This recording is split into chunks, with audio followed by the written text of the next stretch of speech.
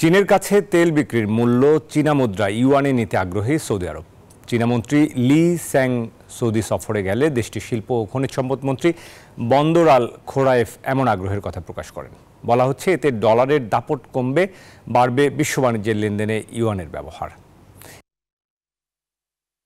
চীন তাদের মুদ্রা ইউয়ানকে আন্তর্জাতিকীকরণ করতে আগ্রহী।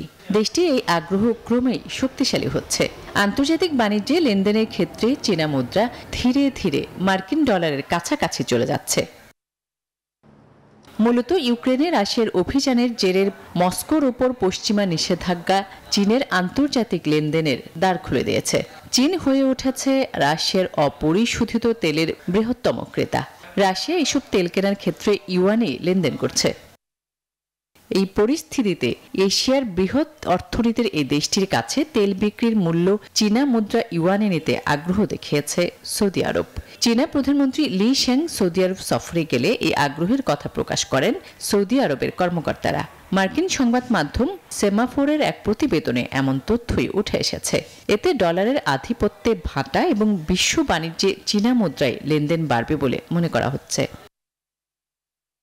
এদিকে সৌদি আরবে চীনের উল্লেখযোগ্য বিনিয়োগ, বিশেষ করে নবায়নযোগ্য জ্বালানি ও সবুজ অবকাঠামোতে জীবাশ্ম জ্বালানির উপর অতি নির্ভরতা কমিয়ে সৌদি অর্থনীতিতে বৈচিত্র্য আনতে সাহায্য করতে পারে বলে মনে করেন বিশ্লেষকরা।